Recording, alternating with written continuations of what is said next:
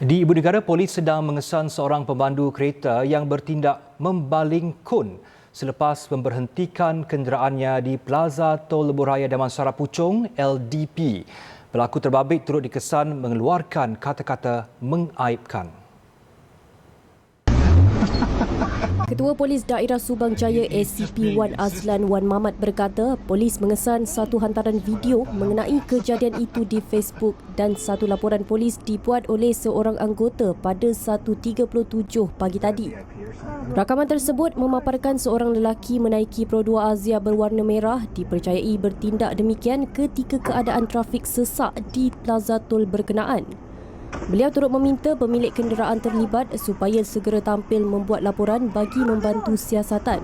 Susulan kejadian itu, polis membuka kertas siasatan mengikut Seksyen 427 Kanun Keseksaan, Seksyen 48-1 Akta Pengangkutan Jalan 1987 dan Seksyen 14 Akta Kesalahan-Kesalahan Kecil 1955.